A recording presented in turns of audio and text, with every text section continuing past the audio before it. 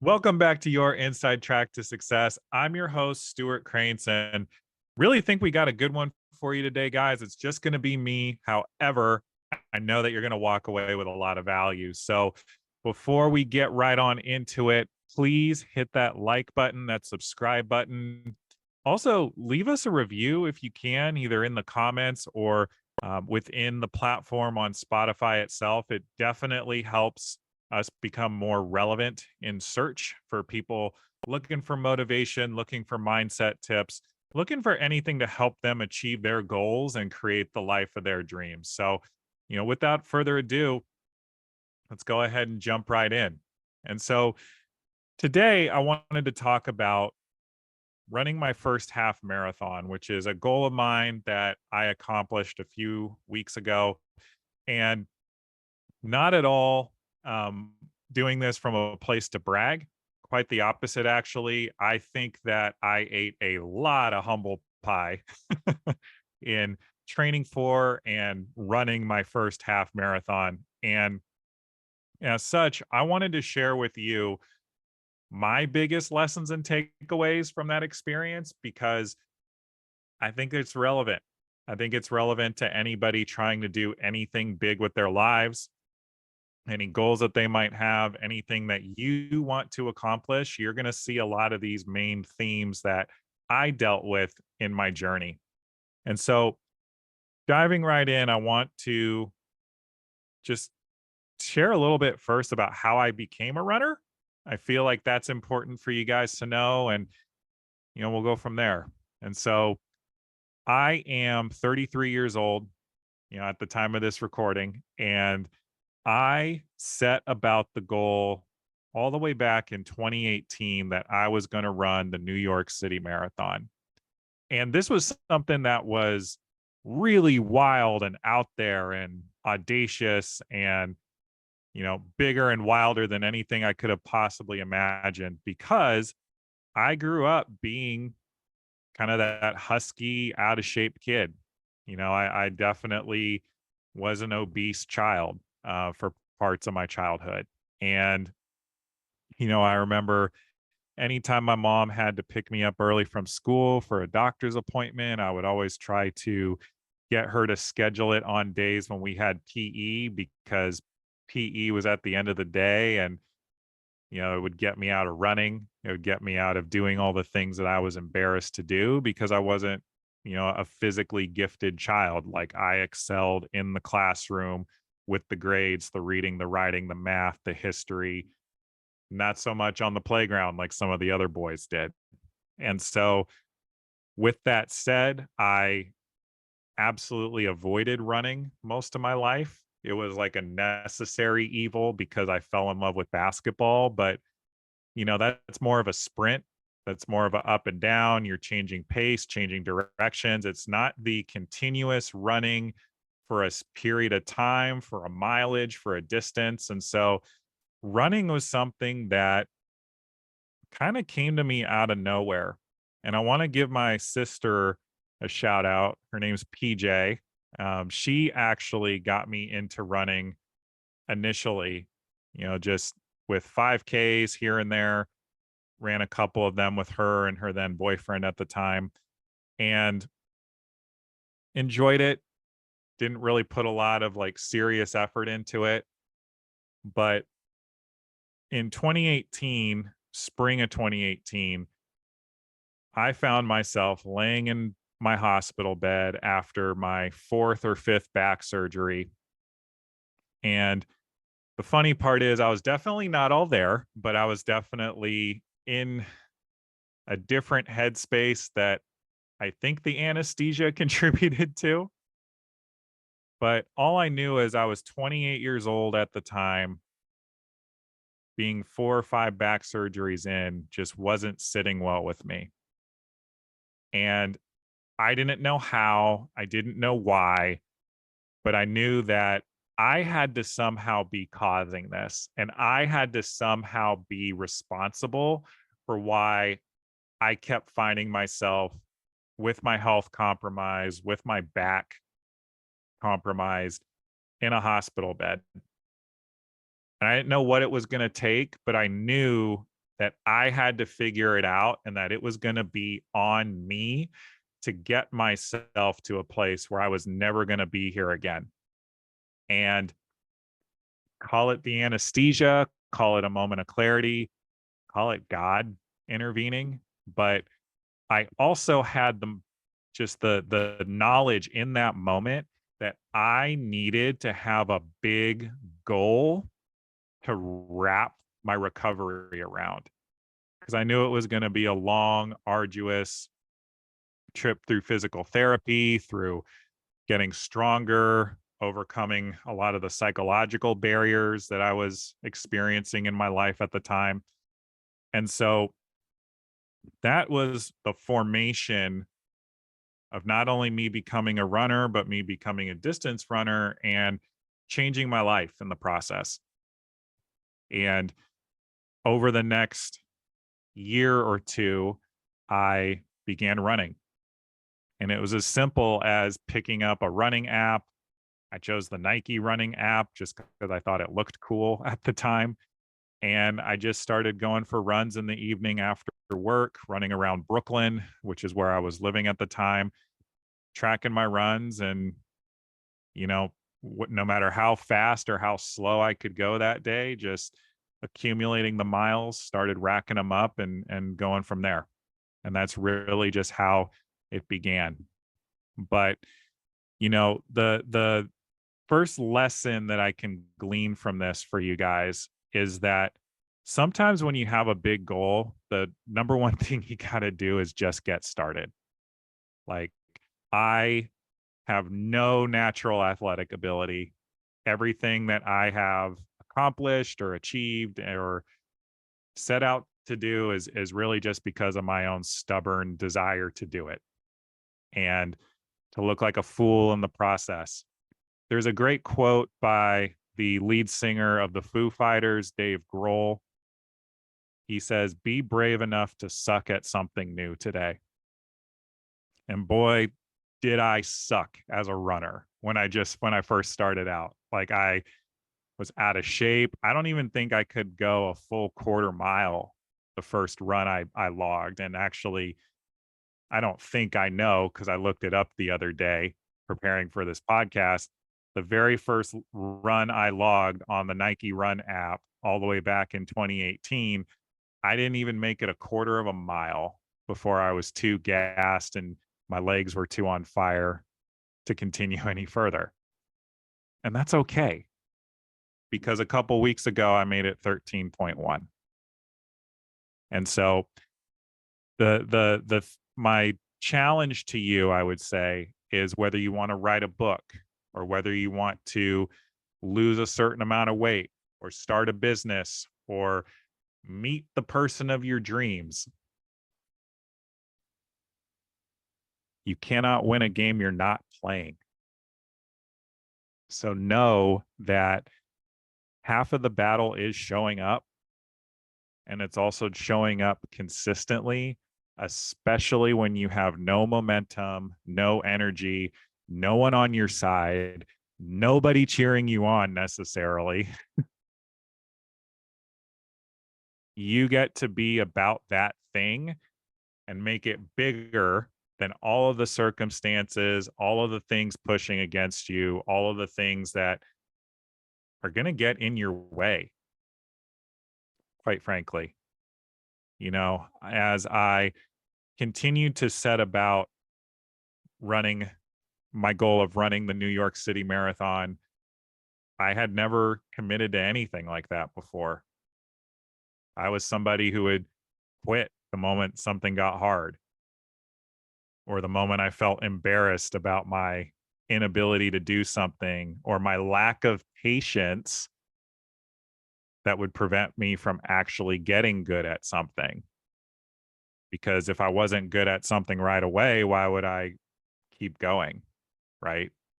Why would I go through the pain, the embarrassment of learning something new? And the funny thing about that, guys, is I talk about ego a lot. I talk about it all the time with my clients. I talk about it in some of the other coaching I do. That's just your body. That's just your ego trying to keep you small and in your comfort zone. Does not, again, it does not care about your happiness, your well being, your goals. It just wants you to stay alive. Going all the way back to hunter gatherer days, just wants you to stay alive. And so, for a goal like running a marathon, requires a lot of physical discomfort, right? Requires a lot of exercise that is, quite frankly, unnecessary in our society.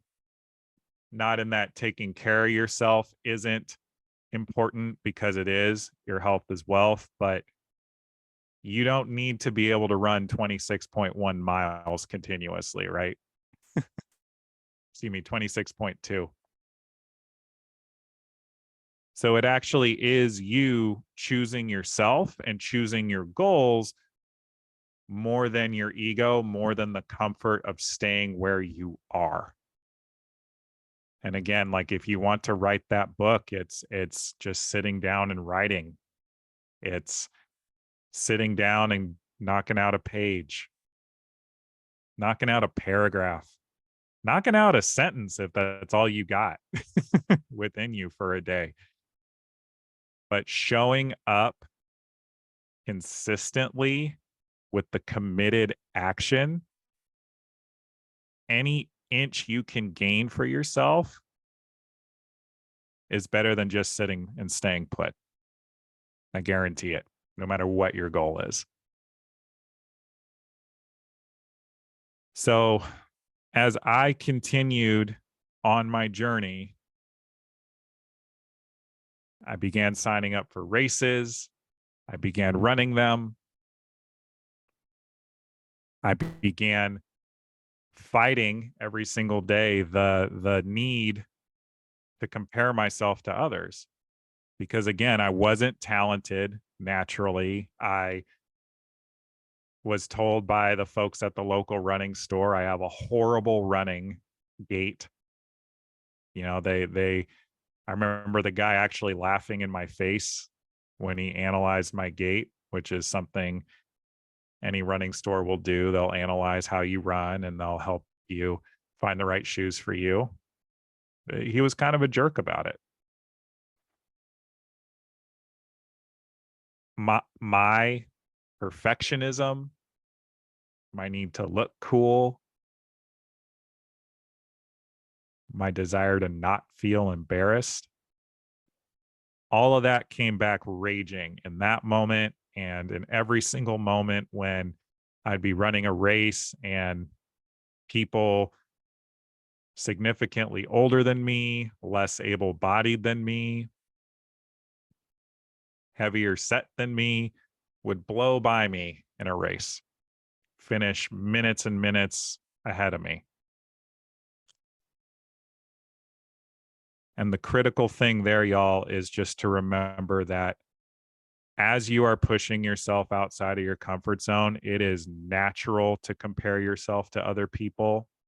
It's natural to compare the progress. It's natural to compare any innate ability or talent that you may or may not have compared to your peers. And just remembering that the only person you need to beat is who you were yesterday is how you are going to stay in the game and engaged and ready to go, committed to your goal, showing up each and every day. Right. So I wouldn't focus on the fact that in a race of 5,000 people, I might finish 4,781st. I would focus on the fact that my 5K time was 3 seconds faster. That's a win, y'all. Going back to the episode I did on SMART goals, like, measuring your success, measuring your progress is one of the easiest, most foolproof ways to keep you engaged on a goal and keep you wanting to show up, especially on the days when you might just be so tired you can't fathom getting out of bed to do the work. And so, again, Comparison is the thief of joy. I promise you, there's always going to be somebody better or more talented or more well resourced or whatever the thing is that you can compare. There's always going to be somebody better than you or who has more than you. And none of that matters. The only thing that matters is that you show up and you do the work. You know, the NFL draft just occurred. And for those of you that aren't familiar with sports, the way it works is top college players enter their names for eligibility. Teams take turns picking the players to join their team. The worst teams get to pick first. So theoretically, they have the pick of the best picks of who's available so that the talent gets dispersed. Each and every year, like clockwork, there are wide receivers. These are the guys that, again, if you're not familiar with football, that need to be fast, need to be athletic, need to be quick. They're the guys that are going to shoot out of the gate like a bullet, run way far down the field. The quarterback's going to throw it. They're going to try to catch it and score a touchdown. Okay. Every single year without fail, not all of them, but some of those top receivers that get picked really, really high fail. Like they are absolute busts in the NFL. And the reason being is because they have made it to this point on nothing but raw talent and athleticism and don't necessarily develop the work ethic. And by the flip side of that, there are also players, wide receivers, that maybe get drafted later, like with no fanfare, no excitement around them, just team taking a flyer. Let's see if this guy sticks. Maybe he's a little slower, a little smaller, not as strong, but because of sheer work ethic and willpower, they end up not only making the team, but end up having a better career than the guy that got drafted at the beginning of the draft and is getting paid millions out of the gate. And it's because they don't play the self-comparison game, y'all. They just show up and do the work, and the talent and the opportunities come along with it. The skills develop. The success comes because they show up, they do the work, and they, quite frankly, outwork players that should be crushing them for these same opportunities. And so, again, it doesn't matter if somebody's better looking than you or, can speak with greater diction and command of the English language. Like if you want to go out for the local theater production of the play, like go put yourself in the running. Do the work, like run the lines, practice enunciating, whatever your goal is. You outworking other people is going to make up for any talent or ability more often than not that you may or may not have. And again, like running my half marathon a couple weeks ago was not the fastest at all, but I definitely saw myself passing people in the later miles of that race who were smaller, more visibly fit, looked like they had done this a million times, that maybe I wouldn't have passed if they had put in the same amount of effort and work and energy that I had.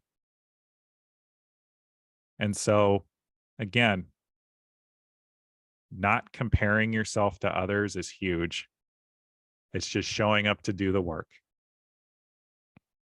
Now, the caveat to that, going back to beating the person that you were yesterday, it is important that you are collecting the data, collecting the feedback about the work that you are doing, if that makes sense.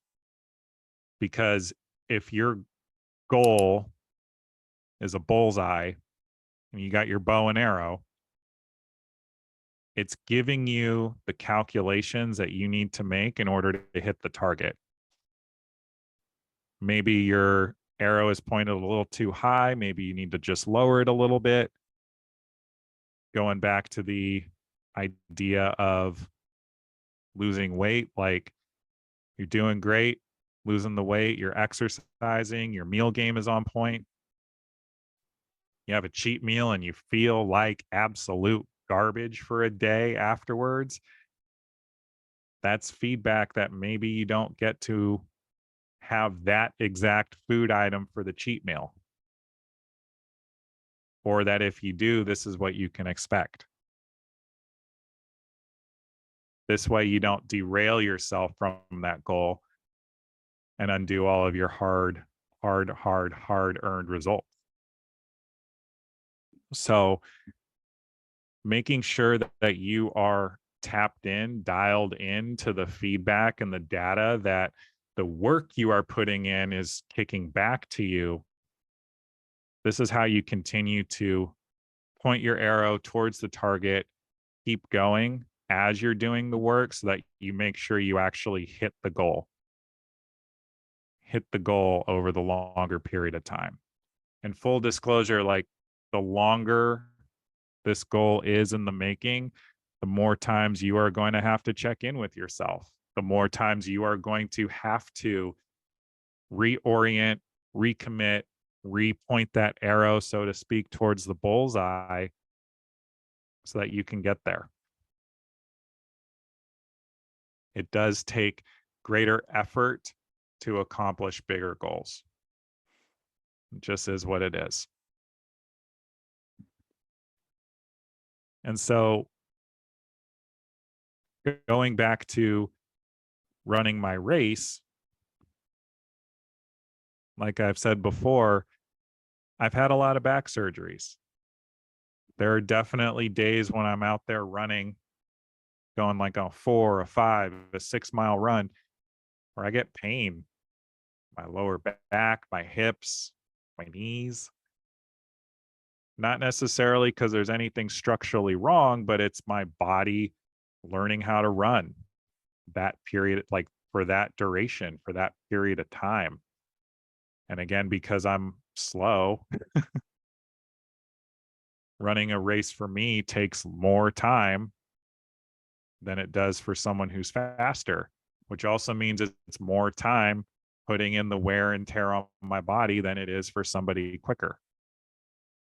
And so learning how to adjust my body, my posture, my running gait in real time to alleviate pain, to learn to teach myself, hey, like I came out really hard on the last mile there. If I ease up a little bit, I won't be in so much pain when I'm done. Or I had nothing to give after 2 miles. How good was my hydration? And just being able to check in with myself on things like that. Knowing that it is my responsibility to check in because nobody cares about my goals more than I do. My wife's life wasn't going to change regardless of whether or not I ran the race. But I also guaranteed that it wouldn't had I not, if that makes sense. Whatever your goal is, the world, society, your family, your friends, your loved ones, circumstances, their lives may or may not change depending on whether or not you accomplish the goal or even go for it. But you are guaranteeing nothing changes if you don't. And it's not on them to go after it, it's yours. So having that level of responsibility, checking in on yourself, the feedback, the data is how you continue to point this arrow forward. And speaking of friends, family, loved ones, There's a great quote, and I can't remember who it is, who said it, who I can attribute it to, but it's something to the effect of nothing great was ever accomplished alone. Wherever possible, surround yourself with knowledgeable people, not just your cousin or your uncle who knew something about the thing you're interested in once upon a time in their lives, but somebody who's deeply ingrained in whatever that thing is that you want to do, because you need those people in your circle cheering you on, supporting you, giving you different perspectives, being your sounding board, giving you the tips and the tricks of the trade sometimes. You can't get that with just anybody, so you get to intentionally find those people in your life. For me, it was my good friend Alex Joseph, who has been a guest on this show. He knew me when I was probably my least healthy as an adult, grinding away 100-hour work weeks, treating my body like absolute garbage, drinking too much coffee, like really overloading my body with cortisol and stress every single day, doing nothing additive for me physically. And my body was a wreck as a result. And he saw it. And to give him a lot of credit, took kind of the misshapen piece of clay that I was and helped me get to a place where I could actually get on the road and start putting in heavier mileage for my body so I could go after this goal. And if something ever got tough, if I could lean in with him, give him a call, say, hey, this was hurting. What do you recommend? So on and so forth. Maybe this was all stuff I could have Googled on my own, but it's much easier to have an encouraging friend or companion with you on a journey like this than a phone screen that you're staring into and hoping you find the right thing. We are social creatures. We need encouragement. We need community. We need to feel like our goals matter to a degree and that people get them and understand them. It's kind of like that social proof bias that we always find ourselves wanting to have. It's just critical that you don't look for that from the wrong people,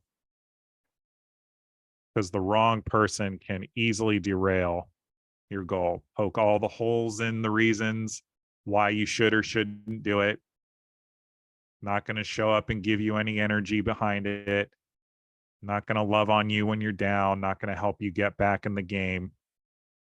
You need to find the right people, whatever your pursuit is. You want to write a book, find a writing group, find a writing circle. See if there's like any authors, local authors in your area that you can buy coffee for, bounce some ideas off of. I love gyms that do a good job of fostering community. I think for any fitness goal, whether it's weight loss or just becoming healthier, more fit, more mobile, you're inherently going to get uncomfortable, get way outside of your comfort zone. So having that built-in community is wonderful. It actually makes a difference for the vast majority of folks. So surrounding yourself with those people is critical, particularly with the bigger the goal. Someone to pick you up.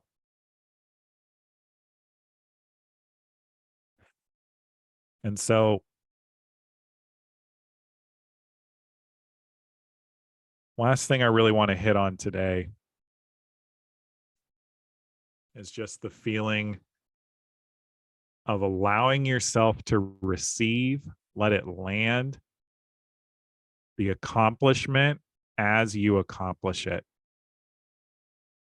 We build self-confidence by keeping our promises to ourselves, but only if we acknowledge ourselves for what we have accomplished. I'm going to be 100% honest with you guys. I crossed the finish line. They handed me my medal and I started crying. It's like the floodgates opened up. Tears were mixed in with sweat. I was a hot mess. People were kind of looking at me like, "Oh, is he okay?" I think they thought I was hurt, but I allowed myself to authentically and vulnerably in that moment enjoy and receive for myself, for no one else. There's nothing performative about it. Allowed myself to see and enjoy the fact that I crossed the finish line on my first half marathon. I became a runner 5 years ago. And after setback after setback after setback after setback, I finally did it. I finally completed a half marathon. And I accomplished my goal of doing it without stopping to walk or take a break. I ran the entire way. Didn't matter how fast or slow it was, didn't matter how awful I looked at the end. I did it. And no one could take that away from me. And the reason I want to focus on this is because without stopping to receive and enjoy the moment, without being present in that way, this is how we become people that become addicted to achieving and just stacking up wins left and right while still feeling incredibly empty inside. And that's one of the worst ways to be. I have met people that make millions of dollars a year, drive all types of cars, have the big house, name the achievement, they have it, doesn't matter.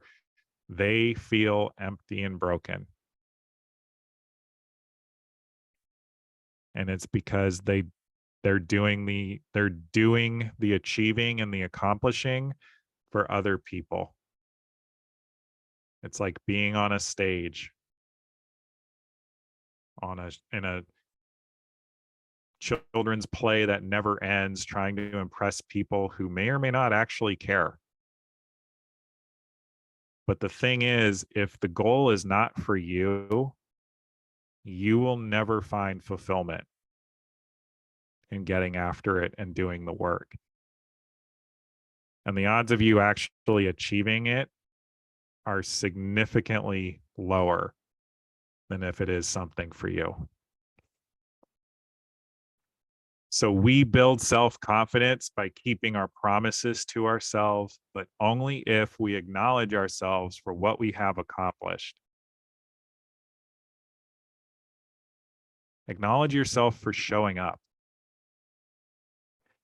Acknowledge yourself for doing the work when you know you have to, but you don't want to. You'd rather sit on the couch. You'd rather watch the latest episode of Yellowstone or Ted Lasso or whatever the thing is. The distance between you and where you want to be is your discipline and your commitment. Don't forget to enjoy the journey. Don't forget to acknowledge yourself for all the work you're putting in. You don't want to be a burnt out husk at the end. Life is about the journey. It's not the end destination. And so, y'all, those were my biggest takeaways from completing my first half marathon.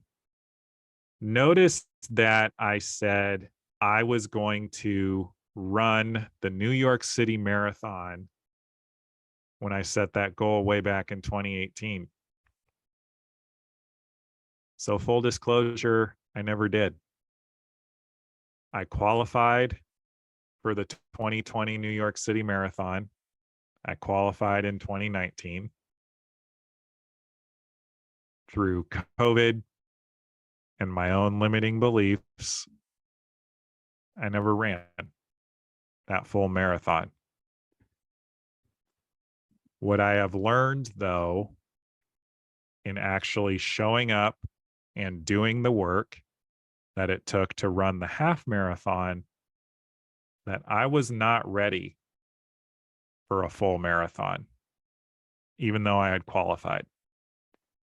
I was not ready mentally, emotionally, physically for sure to put in 26.2 miles on my body. I posted something on social media a couple weeks ago. I had to run 1,169 miles in order to be able to run a half marathon.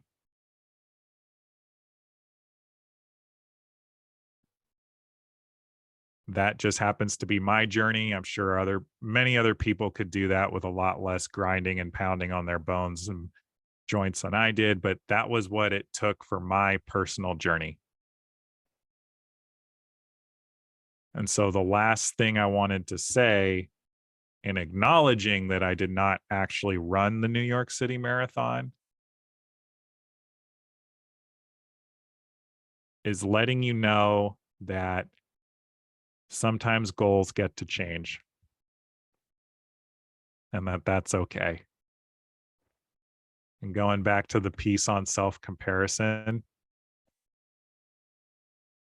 it would have been really easy to make myself wrong and to label myself a failure for not achieving that goal.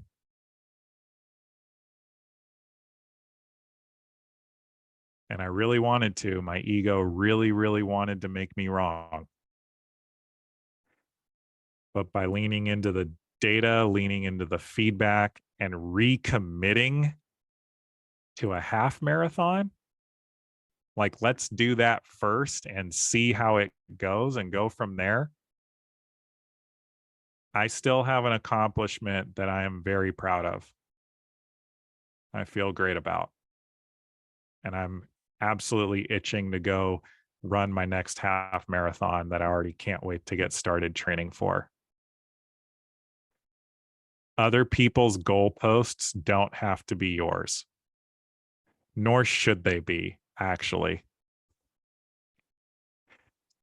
My goal for this podcast is for whoever gets to hear it, whoever's meant to hear it, is going to hear it, and that it's going to impact them. It's going to provide value. It's going to lift them up. It's going to catapult them to a higher level within their own lives.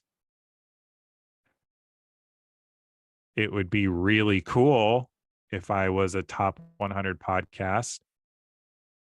And if I'm not, that's also okay, because that doesn't mean I'm having any less impact than I am in this moment sitting here sharing this with you all.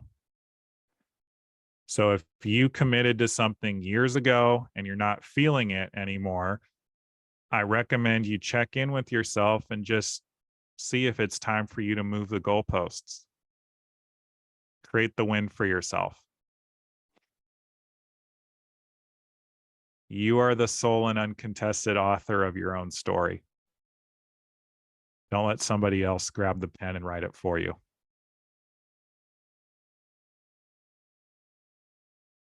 And so with that, y'all, I hope that you got a lot out of this show today. I want to hear in the comments section, like, what was your biggest takeaway? What goals are you working on? I would really love to know. And like I said before, please like, subscribe, share this with a friend. Like, if you know somebody that has big goals and feel like could be given value, receive value from a show like this, send it to them. Would love to connect with them as well. Let me know how I can continue to provide value from y'all. If there's something you want to hear about, please share that in the comments as well. Sending you guys a lot of love today. Get out there and get after it. I've been your host, Stewart Kraintz. This is your inside track to success. We'll see you next time.